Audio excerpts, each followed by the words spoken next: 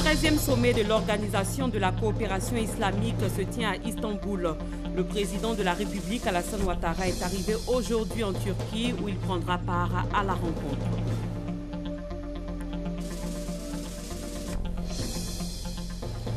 Nous sommes le 13 avril, cela fait un mois jour pour jour que la ville de Grand Bassam a été frappée par une attaque terroriste. Retour sur cette journée tragique du 13 mars.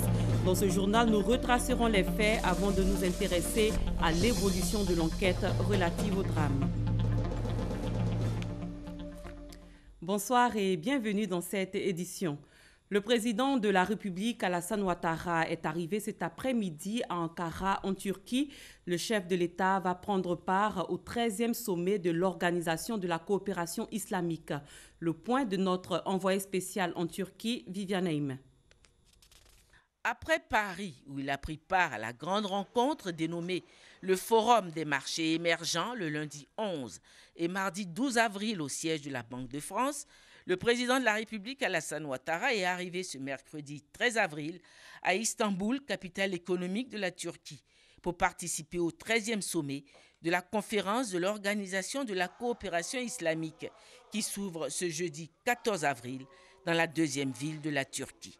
Un sommet qui, comme annoncé, va consacrer une large place à la lutte contre le terrorisme, ce dont se réjouit le chef de l'État ivoirien, le président Alassane Ouattara, qui s'est exprimé en les termes suivants.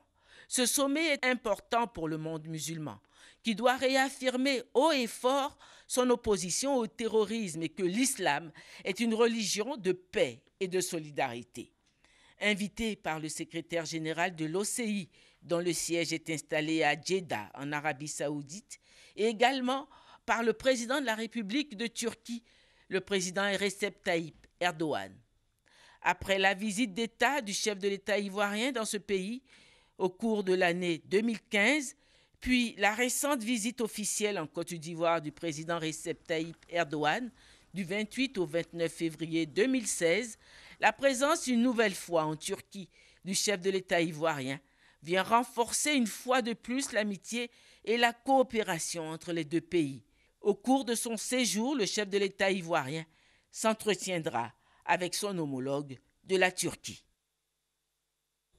Le chef de l'État est à Istanbul pour participer au 13e sommet de l'Organisation de la coopération islamique. Quels sont les enjeux de cette rencontre? La réponse avec Viviane Naïm. Créé en 1969 dans un but politique et religieux, notamment assurer la sauvegarde des lieux saints de l'islam et défendre la cause palestinienne, l'organisation de la conférence islamique a depuis 2011 fait sa mue, devenant une organisation de développement dénommée Organisation de la coopération islamique. La Côte d'Ivoire a adhéré à l'OCI en 2001 sur l'initiative de son chef d'État d'alors, bien qu'étant de confession non musulmane. Selon l'actuel ministre ivoirien des Affaires étrangères, cette adhésion de la Côte d'Ivoire à l'OCI n'est pas en contradiction avec sa position de neutralité dans le conflit israélo-palestinien.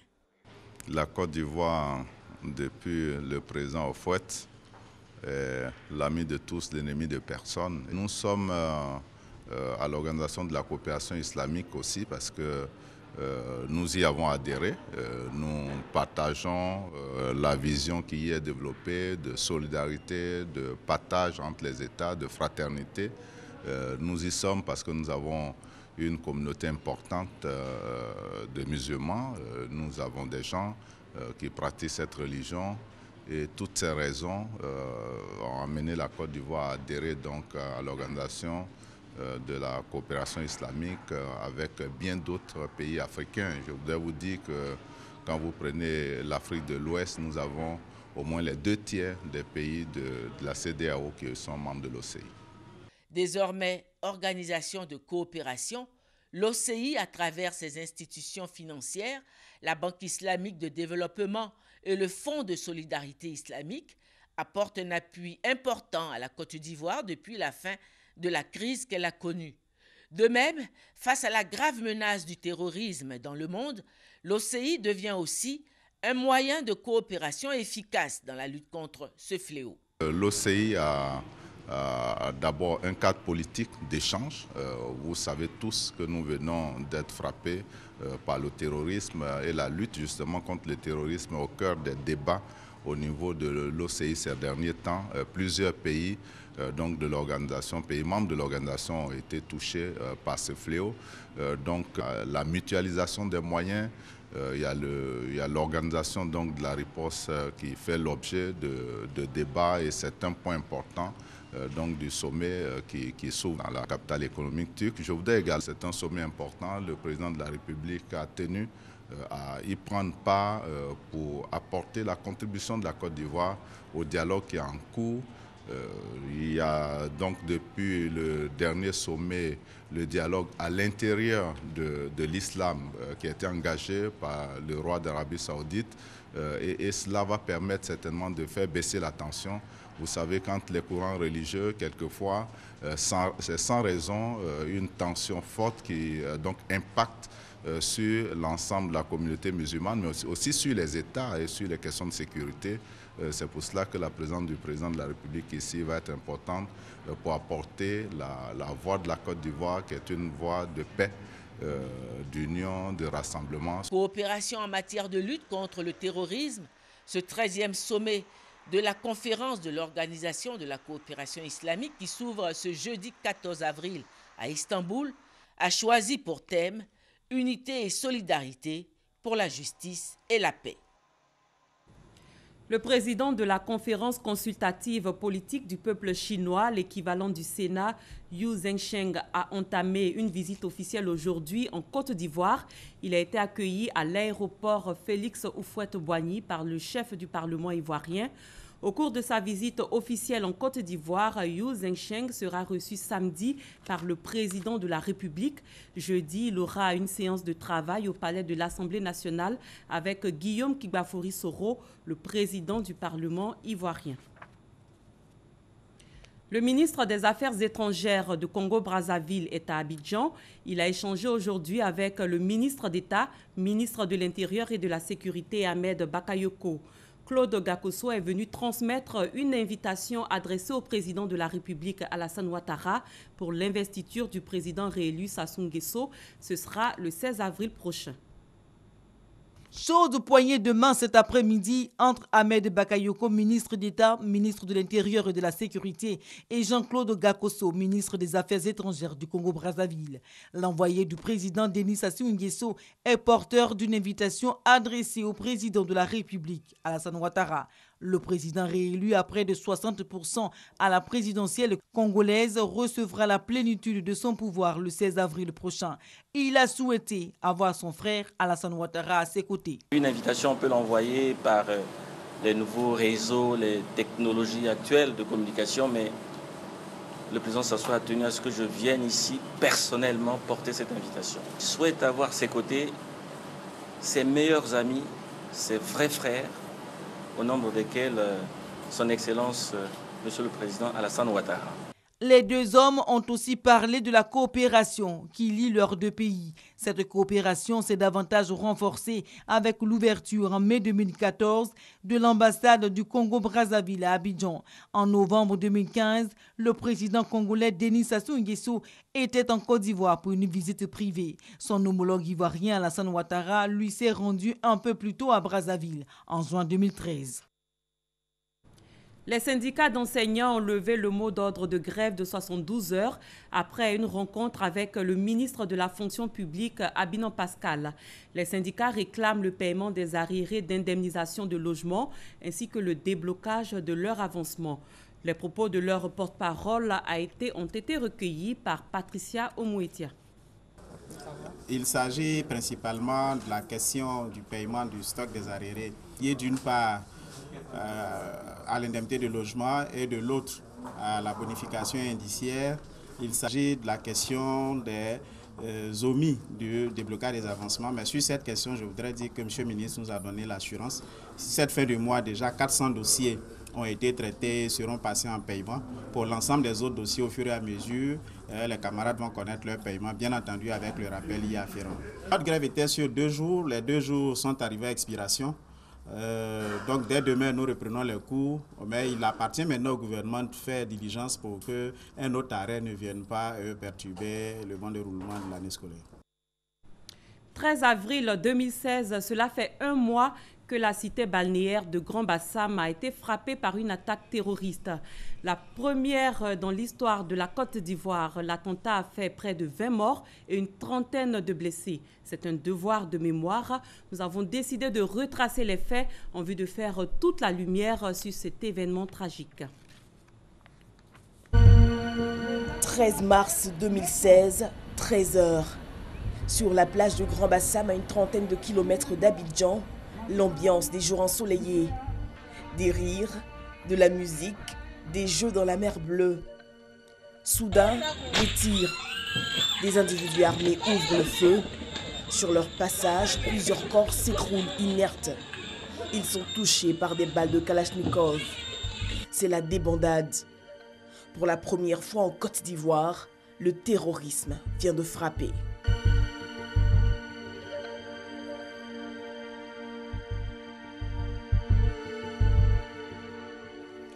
Christian Takpa est le propriétaire du restaurant Canaan. C'est ici, à l'entrée de son réceptif, que la première victime des terroristes est tombée. Ils sont sortis de ce trou. Qu'est-ce qu'il y a derrière? Il y a un restaurant, le Zion Rock. Ils ont mangé. C'est après qu'ils ont fini de manger vers environ midi, 13h, qu'ils ont fait la première sommation vers chez nous ici. Deuxième tir, c'est le client qui sortait de chez moi, il l'a battu. Les terroristes poursuivront leur progression sur la plage. On était là avec des Américains, on bavardait quand on a entendu tirer. Les gens avaient pensé au départ que c'était des pétards. En fait, moi je leur ai dit c'est pas des pétards, hein, parce que moi je fais l'armée. Ils sont venus de l'autre côté, de l'autre hôtel là-bas, en tirant. Et tout le monde s'est sauvé. Le patron ici a tout fait pour mettre les gens dans les salles, dans les chambres et tout. Et bon, ils n'ont vu personne sur la plage, mais ils ont tiré quelques balles. Bon, et puis, ils sont partis. Alertés, les forces spéciales se déploient sur le terrain. L'assaut est lancé contre les terroristes. Les forces spéciales ivoiriennes tombent nez à nez avec le commando djihadiste. Ils installent leurs boucliers et ouvrent le feu. Les djihadistes repliquent à la grenade et à la Kalachnikov. 3 d'entre eux sont rapidement éliminés, mais 3 forces spéciales aussi sont tuées. Le chef de l'État sur les lieux du drame. Cela, c'est pas la Côte d'Ivoire. Et nous continuons de prendre toutes les mesures nécessaires pour éviter ce genre de situation. 13 mars 2016, Grand Bassam n'oubliera pas ce jour qui, dans son histoire, restera le plus long. Les établissements touchés par l'attaque n'ont pas été oubliés. Ils ont reçu au total 300 millions de francs CFA. Les chèques ont été remis aux responsables des hôtels, aux artisans, restaurateurs et commerçants. C'est une marque de soutien de l'État de Côte d'Ivoire à l'endroit de ces opérateurs en vue de soutenir leurs activités. Moussa Konaté. Ils sont responsables d'hôtels, artisans, commerçants ou autres opérateurs économiques, tous directement touchés par l'attaque meurtrière de Grand Bassam le 13 mars 2016. Comme promis par le gouvernement, ils reçoivent des chèques. L'action vise à encourager ces opérateurs à poursuivre leurs activités pour redynamiser leur commune. Pourquoi le gouvernement veut vous aider? Parce que l'attentat a pour but de créer un désordre généralisé, un chaos. Nous devons vous aider pour que de la réponse jaillisse l'harmonie, la paix et l'émergence de Bassam. Cet appui doit permettre de faire des choses précises qui vous aident à relancer, à résister au choc. Un soutien de l'État réaffirmé par la présence de plusieurs membres du gouvernement. Les bénéficiaires félicitent le gouvernement pour cette action. Ce geste que nous considérons comme un geste de solidarité, de fraternité, et un engagement pour le soutien de notre profession. Bassam restera debout dans une Côte d'Ivoire debout et en paix. Ce sont au total 300 millions de francs CFA offerts par l'État de Côte d'Ivoire, 200 millions destinés aux hôteliers, 50 millions aux artisans, transporteurs et commerçants et 50 millions à la mairie de Grand Bassam. Une enquête a été ouverte à la suite de l'attaque de Grand Bassam. Je vous propose d'écouter le ministre d'État, ministre de l'Intérieur et de la Sécurité à ce sujet. Voici son intervention. À un détail près, à un manque de vigilance près, on aurait pu ne pas à ce jour savoir c'est qui. Parce que c'est des gens qui vivent normalement. Ils sont venus ici à Bassam, on connaît le jour, ils ont loué une chambre à l'hôtel Zion. Ils se sont allés sur la plage comme des touristes et à un moment donné, ils ont commencé leur action néfaste. Avant ça, nous savons qu'ils ont loué une maison à Djoufou.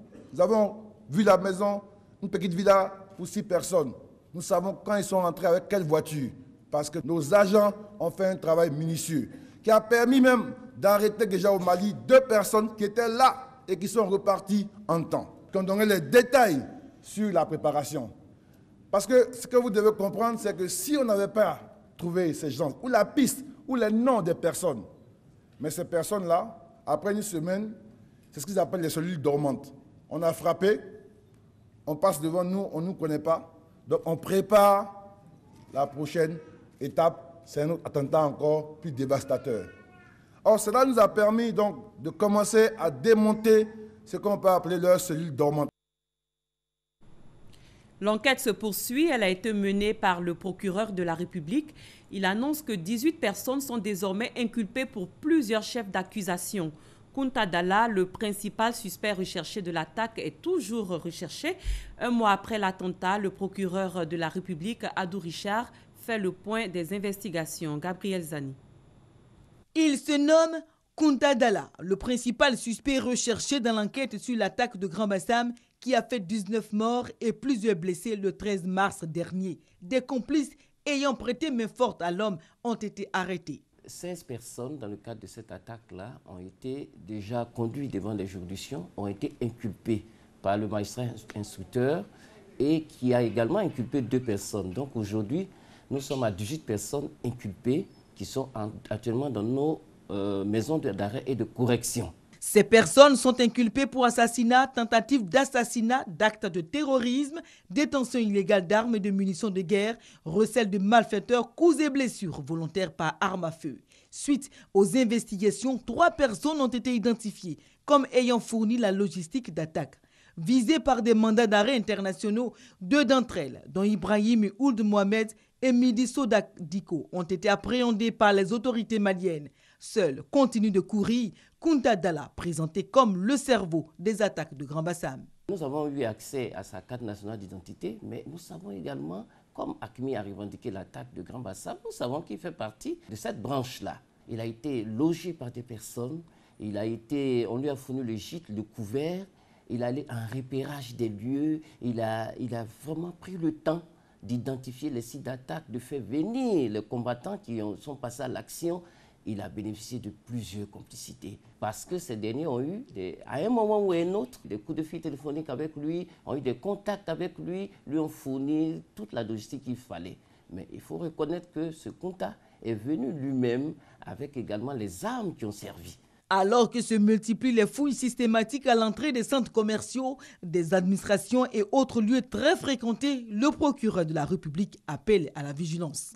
Autre point de l'enquête, la collaboration étroite entre le FBI, des spécialistes allemands, français et Interpol. Ils ont déjà mis à la disposition des enquêteurs ivoiriens leur savoir-faire en matière d'analyse d'ADN et d'objets trouvés sur la scène de crime et sur les corps des assaillants. Les résultats de ces analyses seront recoupés avec des données déjà existantes pour remonter la piste de l'ensemble des terroristes de l'attaque de Grand Bassam et faire progresser l'enquête. Un mois après l'attentat de Grand Bassam, que sont devenus les hôtels et restaurants de la ville historique? Ont-ils réellement repris leurs activités? Notre reporter Alexis Ouedraogo nous dit que 30 jours après l'attaque, les artistes, artisans, hôteliers et vendeurs font tout pour relancer leurs affaires dans la cité balnéaire. Des activités, la ville en enregistre depuis quelques semaines.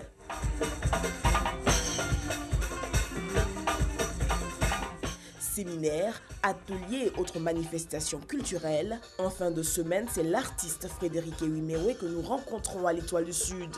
Il est venu profiter de l'air marin mais surtout lancer un message. Revenons à Grand Bassam. On est venu enlever cette psychose-là à tous les Ivoiriens, à tous les amis de la Côte d'Ivoire qui résident chez nous. Il est grand temps que la vie reprenne. L'hôtel, depuis l'attentat, essaie de fonctionner normalement malgré une baisse importante des visiteurs. Une volonté encouragée par certaines structures qui y tiennent leur rencontre. En moyenne, nous faisions le plein. Actuellement, nous sommes aux 2 tiers. Nous pensons que les Ivoiriens quand même sont haut le cœur. Donc, ça vient. Non loin de l'Étoile, la nouvelle Payotte, Madame Colin reçoit une équipe de réalisation de clips vidéo. Mais derrière son grand sourire, de la tristesse, avec son époux, elle a dû mettre tout le personnel au chômage technique. 200-300 couverts les dimanches. Mais là, le dimanche passé, on a quand même fait 60 couverts. C'est quand même bien, mais on aimerait bien qu'ils reviennent encore comme avant. Et leur dit que la sécurité est là. Le tableau est moins gai pour les artisans. Au centre artisanal, les bronzes taillés sont en train de se recouvrir de poussière. On avait pratiquement peut-être au moins 4 à 5 visites pratiquement par jour, mais maintenant nous sommes à 0. Donc nous avons entamé des séries d'actions qui est par exemple journée portes ouvertes et suivi de presque en fin d'année une fois journée promotionnelle de l'artisanat ivoirien. Et tout ça pour un peu booster le marché au point local. Les opérateurs économiques refusent de baisser les bras. L'heure n'est plus à l'apitoiement, clament-ils. Il faut que tous les Ivoiriens fassent revivre le bien commun. Venez à Bassam, venez, venez, venez. On ne peut pas quand même laisser les terroristes nous abattre. Donc voilà, qu'ils reviennent et puis voilà. Revenez, revenez. Votre mère, Grand Bassam, vous attend. Et pour donner du rythme à cet appel, plusieurs clips vidéo sont tournés sur la plage de Grand Bassam pour le bonheur de ceux pour qui la ville sera toujours un bout de paradis. Qu'en est-il de l'affluence sur les plages après le drame survenu à Grand Bassam? La peur continue-t-elle d'habiter les populations ou plutôt ont-elles décidé de la surmonter pour prendre d'assaut les plages? Notre reporter Hamza Diaby a fait son constat. Dimanche 10 avril, il est midi, le soleil est au zénith. Grand Bassam, il bouge, les commerçants et autres artisans sont en place, heureux de la reprise des activités sur la plage. Il y a d'autres qui n'ont pas peur, ils viennent à la plage, d'autres viennent et puis ils font un peu d'achat. Ça commence à venir un peu quoi. Par rapport aux autres qui s'est passé, aujourd'hui tu vois, il y a un grand changement. Nous on peut leur dire de ne pas avoir peur, de revenir sur la plage comme avant. La peur, Souleymane Touré et ses amis font partie de ceux qui ne la connaissent pas. En ce dimanche ensoleillé, la plage de Grand Bassam, pour eux, se présente comme la meilleure destination. On est venu un peu au bord de la mer. Comme aujourd'hui, à dimanche, c'est un week-end. On est venu se reposer, se mettre un peu au bain et puis rentrer à la maison. À la plage, l'ambiance est festive. Le public a commencé à venir, les touristes, tout le monde a commencé à venir, on est très contents d'être ici à la plage parce que vraiment c'est notre gagne-pain aussi. Ce qui s'est passé vraiment c'était déplorable, mais on a dit on prend notre courage à deux mains et on retourne chez nous ici, voilà, et leur montrer que la Côte d'Ivoire vivra et vivra toujours. La station balnéaire a définitivement renoué avec ses habitudes, avec ses touristes. Forcément, il y a pas mal d'émotions, évidemment. Après, voilà, la vie continue et puis on voit qu'il y a pas mal de gens qui passent ici un bon week-end et c'est bien. La vie reprend. C'est un cadre magnifique, ça vaut vraiment la peine de venir. La plage est belle, les gens sont là, prennent du bon temps et voilà, on est content de venir ici aujourd'hui. On n'a pas peur, il ne faut pas, donc voilà. Ça arrive partout, ça arrivait une semaine avant qu'on prenne l'avion Bruxelles, il s'est passé plein de choses, donc voilà, il faut avancer. Avancer, le maître mot. Les Ivoiriens, les non-nationaux, les touristes, ils ont tous décidé d'avancer, s'amuser et continuer à vivre pour ne pas faire plaisir à ces terroristes. La ville de Grand Bassam se remet progressivement de l'attaque, même si le sinistre a ralenti les activités touristiques d'autres points d'attraction de la cité historique. Le maire de Grand Bassam s'est prononcé sur la question dans ce reportage signé Moussa Konaté. 13 mars 2016, Grand Bassam est frappé par des terroristes. Le drame a eu un impact sur les activités de la ville historique. Un mois après, la cité se remet tout doucement de ses blessures. Je précise effectivement qu'il y a eu une baisse d'activité, de visite, de tourisme. Mais moi, je dis ça, de toute façon, on s'attendait à cela. Les Bassamois, comme on dit, ont tué la peur en eux. C'est plutôt nos visiteurs, nos touristes que nous attendons. Et donc... Le maire de la commune de Grand Bassam, Georges-Philippe Ezalé, annonce des actions pour le réveil économique de la première capitale de la Côte d'Ivoire. Bassam, c'est une ville culturelle, une ville de loisirs, une ville... et donc, dans tous ces secteurs d'activité, nous allons mener des actions pour renforcer l'image donc de ces valeurs, de ces produits-là, pour amener donc les Ivoiriens. Il y a beaucoup d'activités comme ça qui sont prévues. Faire une foire pour les artisans, pour les commerçants, associer également donc les hôteliers. Donc il y a un certain nombre de projets comme ça. Les autorités municipales de Grand Bassam prévoient la construction d'un monument dédié à la mémoire de toutes les victimes de cette tragédie. L'opération Barkhane vise à lutter contre les groupes djihadistes terroristes qui sévissent dans la bande sahélo-saharienne de trafic en tout genre. Elle a été lancée le 1er août 2014. 3000 hommes sont repartis au Mali, au Burkina Faso, au Tchad, en Mauritanie et au Niger. L'opération Barkhane va à court terme empêcher des sanctuaires terroristes dans cette contrée. Kader Ouattara, Thomas Gessambi. Barkhane, c'est le nom de l'opération de lutte contre le terrorisme menée par l'armée française dans 5 pays de la bande sahélo-saharienne. La Mauritanie, le Mali, le Burkina Faso, le Niger et le Tchad. 3 de ces pays, le Tchad, le Niger et le Burkina Faso, abritent respectivement le quartier général, le renseignement et la base des forces spéciales. Les bases militaires françaises présentes en Afrique depuis les indépendances appuient elles aussi l'opération et fournissent des points d'entrée stratégiques sur les façades atlantiques et orientales. Dans la dynamique, la base française d'Abidjan sert de base logistique. Déclenchée le 1er août 2014, Barkhane remplace Serval et intègre Épervier, 2 opérations militaires menées au Mali et au Tchad par la France. La zone à couvrir par l'opération est vaste et inhospitalière. Sur le terrain, le travail des soldats s'apparente à une traque plutôt qu'à une guerre classique.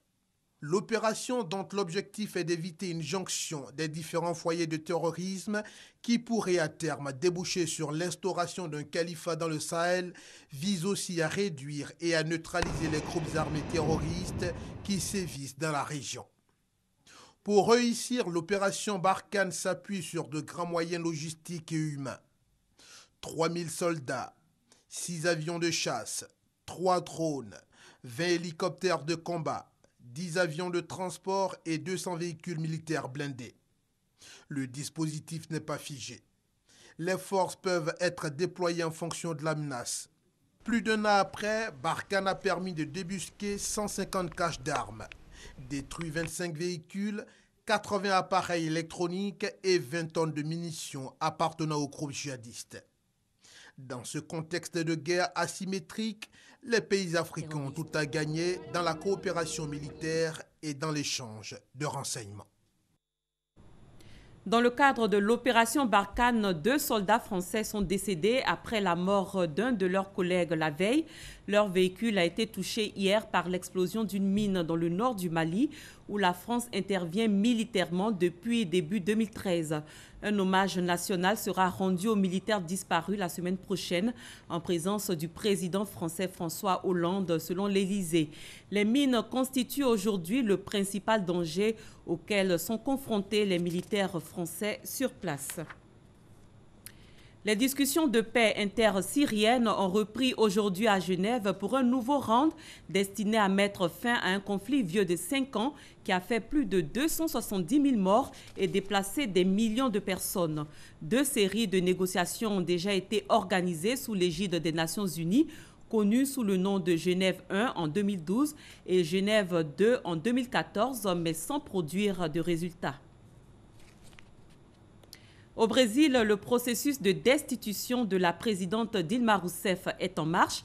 Les 65 députés qui composent la commission spéciale chargée d'examiner la requête de la destitution de la dirigeante brésilienne ont rendu dans la soirée du 11 avril un avis favorable par 38 voix contre 27. Il appartient désormais à la Chambre des députés de voter à son tour lors d'une séance plénière. Celle-ci commencera le 15 avril et se terminera le 17 avril. C'est la fin de cette édition. Merci de l'avoir suivi. Très bonne fin de soirée sur RTI 1.